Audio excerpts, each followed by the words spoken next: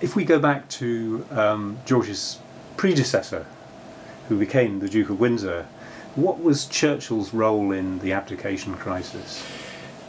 Complicated business, that. I mean, it's partly that Churchill's views do shift about monarchy after the First World War. That before the First World War there is this sense of irritation as Churchill as this radical, rather angry young man wanting reform and seeing Edward VII and then George V as being the obstacles to that. But then, of course, the result of the First World War is that the German monarchy went, the Russian monarchy went, the Austro-Hungarian monarchy went, and these are developments which Churchill comes greatly to lament and sees a kind of interwar Europe as a place that's lost its way. Yes. Because the monarchies as the embodiment of... And Bolshevism becomes... And Bolshevism and fascism become the mode. And so Churchill comes to lament the demise of monarchies. And as a result of that comes increasingly, as he sees it, to appreciate the merits of the British monarchy in a way that previously, I think, before the First World War he hadn't. So he becomes, in fact, very pro-George V.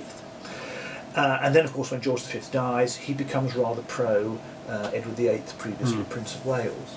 And takes his side at the time of the abdication, which Clementine said was an error of judgment on his part, and which, I mean, in later life, Churchill himself came to agree with. But that had, in its turn, two very serious consequences. One was that, unlike the King's Speech film, actually Churchill, because he was so partisan for Edward VIII, was much disliked by George VI and Queen Elizabeth, who were great fans of Neville Chamberlain, great supporters of appeasement, and thought Churchill was a wayward, unstable, unreliable, disloyal adventurer. So they're appalled when he becomes Prime Minister in the spring of 1940, and it's only as the war goes on that a closer relationship develops. That's one consequence. The other consequence is that in the summer of 1940, when Edward VII has just avoided being caught by the Nazis in France, where he's living, and he's staying first in Spain and then in Lisbon, Churchill, when he's got one or two other things to be doing in the summer of 1940, is faced with this intractable problem of what to do with the Duke of Windsor, because George VI and Queen Elizabeth won't have him back in Britain. So what's Churchill to do? Not least because there are constant rumours that the Duke of Windsor is a Nazi sympathiser, and therefore can't be kept in Europe, but can't be allowed to go back to Britain. And so Churchill spends a huge amount of time during the summer of 1940, you know, the summer of Dunkirk, the Battle of Britain, and so on, trying to find a job for the Duke of Windsor which will keep him gainfully employed, not take him to Britain, but get him out of Europe. And of course the answer to that is becoming Governor of the Bahamas. But Churchill was obliged to spend an enormous amount of time on that. So Churchill's relationship with both George VI and Queen Elizabeth on the one side and the Duke and Duchess of Windsor on the other, in large part as a consequence of the position he'd taken on the abdication, was very difficult. George VI and Queen Elizabeth didn't really like him in 1940.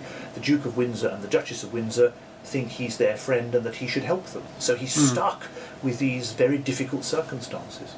And post-war, actually, he becomes reconciled, doesn't he, really, to the first George and then Elizabeth. Yes, by 1945, George VI and Queen Elizabeth, who after all owed their survival and their throne to him, come to see that he has been a great Prime Minister.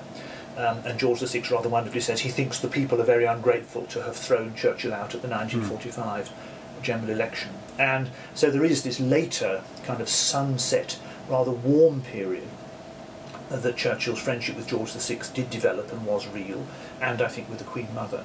And then, of course, when the young Queen Elizabeth hoves into view as a very youthful and beautiful monarch, there is this almost Lord Melbourne, Queen Victoria-like repetition of the aged statesman.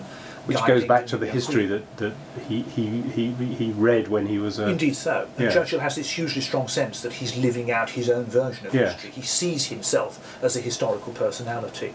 And so the relationship between Churchill and Queen Elizabeth was very warm, in some ways now that we couldn't imagine that they race their horses against each other and they go to Doncaster together, and sometimes her horses win and sometimes his horses win.